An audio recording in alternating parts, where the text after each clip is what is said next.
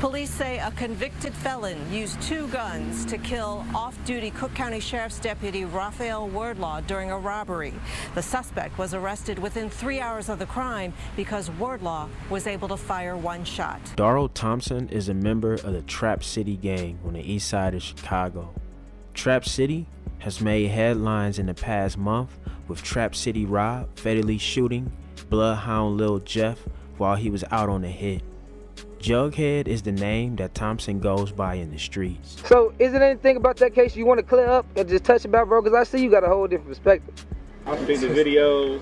I think that shit. I was like, damn, it's 6 out there, you know? Mm-hmm. They was crazy, bro. Like, they say he the defensive player of the year, folks.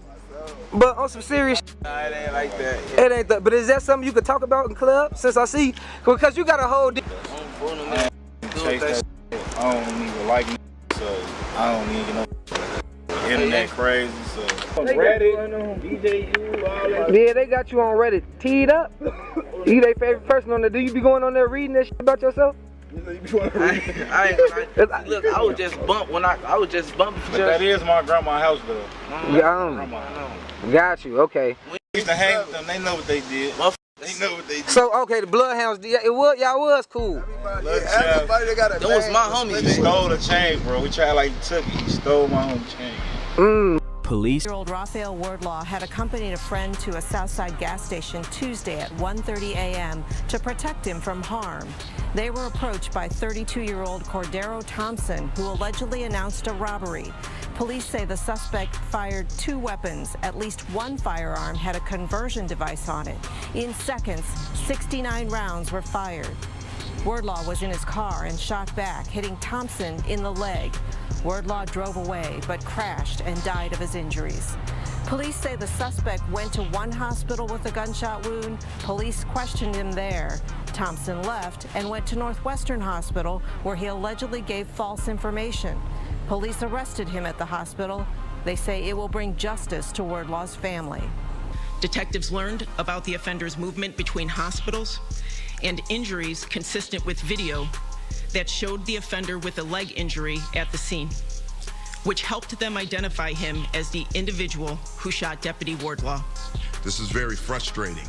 It's frustrating to see this type of violence across the city in general.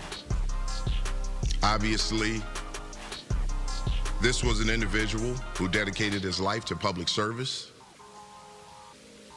and we lost this individual. He was someone that always was there for everybody else. Wardlaw's mother told authorities her son made sacrifices to be in law enforcement to help people, and police say that Wardlaw's actions were heroic. Joni Lum, Fox 32, Chicago. That's right, Terrell. He had been in and out of jail several times recently. Superintendent Larry Snelling saying this morning this is a frustrating act of violence and that it was senseless. Now, 32-year-old Cordero Thompson is now charged with first-degree murder and attempted murder, along with a long list of other charges. Police say he was a convicted felon who was not supposed to have a weapon. According to authorities, Thompson was arrested just 3 hours after they say he tried to rob off-duty Cook County Sheriff's Deputy Raphael Wardlaw while he was pumping gas early Tuesday morning in the 500 block of East 67th Street. CPD's chief of detectives says Wardlaw was sitting in his car when he was approached, and then there was an exchange of gunfire. An exchange of gunfire ensued between Deputy Wardlaw and the offender, who fired at Deputy Wardlaw with 2 weapons simultaneously. Approximately 69 rounds were fired in total by the offender. Deputy Wardlaw fired 1 shot, striking the offender in the leg. Wardlaw was shot in the chest and died at a local hospital. Another person at the gas station suffered a graze wound. Police say after the shooting, Thompson took himself to 2 separate hospitals for treatment and provided false information about his identity. Detectives say they became aware of his movement between the 2 hospitals, and it's how they were ultimately able to track him down so quickly.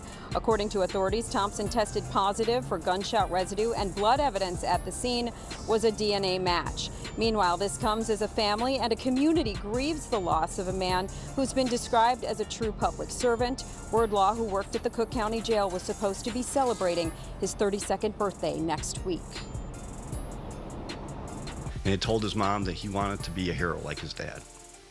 Unfortunately, he became a hero. And he became a hero because of our guns, the guns that are everywhere. We honor Deputy Wardlaw by bringing his killer to justice. We want to make sure that this individual cannot destroy another life or lives.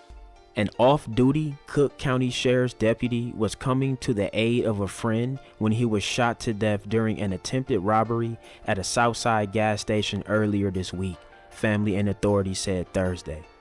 Deputy Raphael D. Wordlaw, the son of a Chicago cop, pulled a gun from his car and fired at the armed robber as he confronted the friend, police said. The alleged robber, identified by authorities as Cordero Thompson, returned fire with 2 guns, shooting nearly 70 rounds. One of Thompson's guns was fitted with a drum magazine containing extra ammunition and apparently had been modified to fire automatically, police said.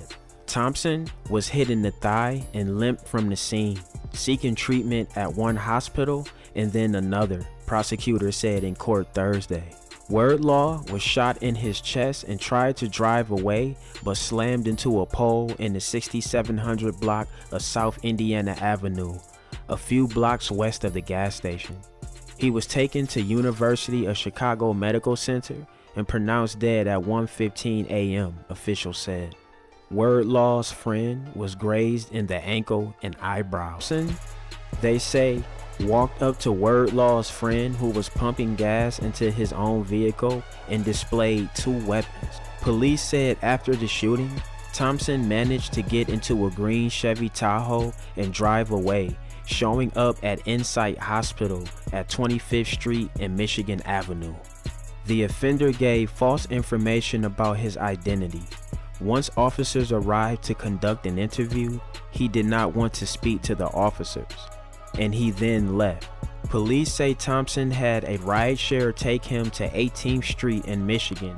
Then he hopped into a second one to Northwestern Memorial Hospital. Officers arrested him within minutes of his arrival at the hospital. According to authorities, Thompson tested positive for gunshot residue, and blood evidence at the scene was a DNA match. Thompson was taken into custody within 3 hours of the shooting after using a rideshare hailing app to get from one hospital to another, police said. He was charged with murder, attempted armed robbery, aggravated battery, and being an armed habitual criminal. During his hearing Thursday, Thompson sat calmly and frequently looked around the courtroom, which was filled with sheriff's deputies, including those in uniform who were tasked with security and dozens more who had to come to watch the proceedings. Assistant State's Attorney Ann McCord Rogers argued Thompson should be detained, saying he presented an quote-unquote extreme danger to the community. She noted Thompson came armed with 2 weapons and was able to fire 69 rounds in less than a minute.